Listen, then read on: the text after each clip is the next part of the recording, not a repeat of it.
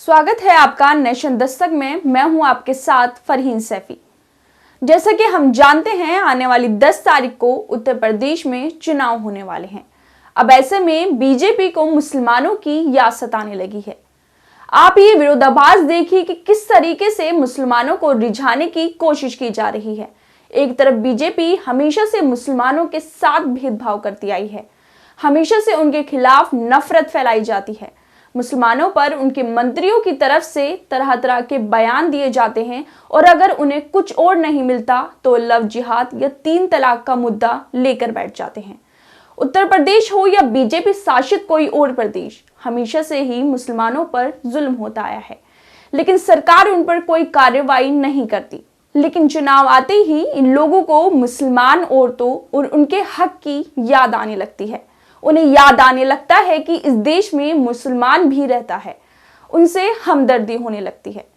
2009 का योगी आदित्यनाथ का एक वीडियो तो आपने देखा ही होगा, जिसमें वो जनसभा को संबोधित करते हुए बयान देते हैं कि अगर कोई मुसलमान लड़का एक हिंदू लड़की का धर्म परिवर्तन कराए तो हिंदुओं को उसके बदले 100 लड़कियों का धर्म परिवर्तन कराना चाहिए। वो लव जिहाद पर बोलते हैं कि हम लोगों ने तय कर रखा है कि अगर वो एक हिंदू बालिका को ले जाएंगे तो हम कम से कम 100 मुस्लिम बालिका को लेकर आएंगे।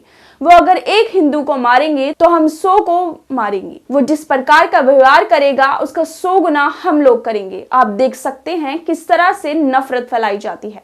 कभी मुसलमानों को मुल्ला कटवा कहा जाता है, कभी उन्हें बोला जाता है कि तुम लोग पाकिस्तान चले जाओ, तुम देशद्रोही हो, तुम्हें यहाँ रहने का कोई हक नहीं है।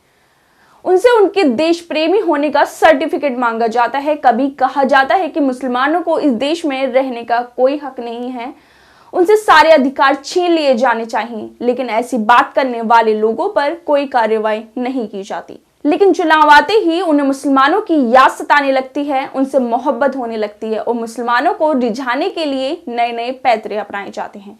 इसी तरह देश के प्रधानमंत्री भी मुसलमानों को रिझाने के लिए पूरी कोशिश कर रहे हैं। उनकी एक तस्वीर सामने आई है जिसमें वो अल्पसंख्यक कार्य मंत्री मुख्तार अब्बास नकवी को एक चादर देते हुए नजर आ रहे हैं, जो ख्वाजा मोइनुद्दीन चिश्ती के उर्स पर अजमेर शरीफ दरगाह पर चढ़ाई जाएगी। आपको बता दें, सूफी संत ख्वाजा मोइनुद्दीन चिश्ती की 810वीं उर्स मनाया जाएगा। साथ ही प्रधानमंत्री ने ट्वीट कर कहा कि चादर भेंट की जो ख्वाजा मोइनुद्दीन चिश्ती के उर्स पर अजमेर शरीफ दरगाह पर चढ़ाई जाएगी। आप ये साफ साफ देख सकते हैं कि ये लोग चुनाव जीतने के लिए क्या क्या करते हैं। इन्हें मुझसे या आपसे कोई मतलब नहीं, मतलब है तो बस किस तरह से चुनाव जीता जाए। बीजेपी में जो उत्तर प्रदेश में चुनाव हारने की बौखलाहट है वो साफ नजर आ रही है।